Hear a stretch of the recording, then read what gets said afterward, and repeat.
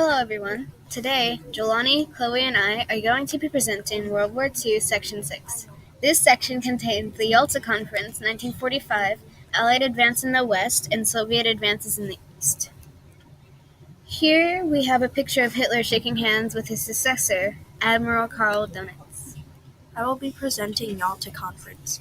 I will be presenting the Allied advances in the West. I will be presenting Soviet advances in the East. In Yalta, Soviet Premier Joseph Stalin, British Prime Minister Winston Churchill, and President Franklin D. Roosevelt met for a meeting that took place on February 4th through 11th, 1945. They met to finalize offensive plans against Germany.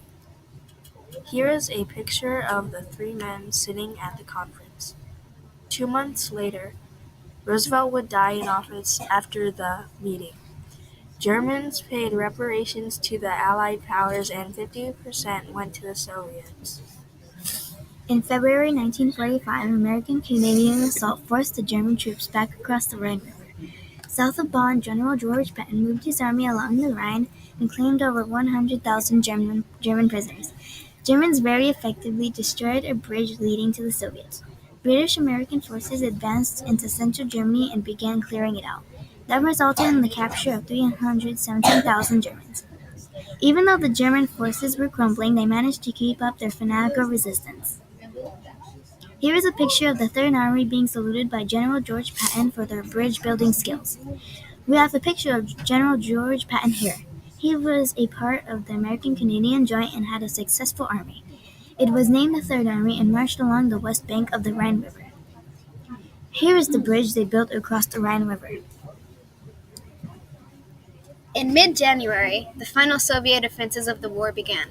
To complete the destruction of the Nazi state, the Soviets had an army of 4 million men, 9,800 tanks, and 40,000 artillery pieces. This was the largest military power of the war. The January offensive was aimed at seizing Silesia. The Soviet army traveled about 20 to 30 miles without any German resistance. In early February, German forces were 50 miles away from Berlin, but stopped to secure themselves from a possible German counterattack. They also stopped because of the Yalta Conference that was happening. By mid-April, the Soviets were ready to capture Berlin, their final offensive. On April 21st, tanks broke into the suburbs of Berlin and ferocious fights broke out in the city. These are the tanks with the Soviet soldiers charging into Berlin. Also, here is a map of World War II combat Europe. The yellow area is neutral and the red area is an area of maximum expansion. Here is a map of Europe at the height of German expansion from 1941 to 1942. The dark blue is Nazi Germany, the lighter blue is areas under German occupation, the lighter blue is German allies, co-belligerents, and puppet states, and the lightest blue is nominally unoccupied areas.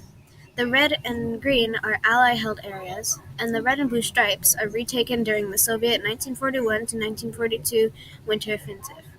Finally, the gray and neutral countries, and all the titles that had an asterisk next to them, were including annexed and occupied territories.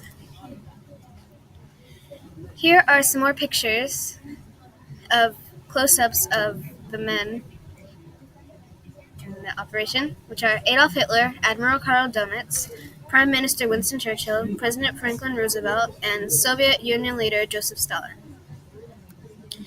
Thank you for taking the time to experience our presentation. And remember the children who never saw another butterfly. Thank you.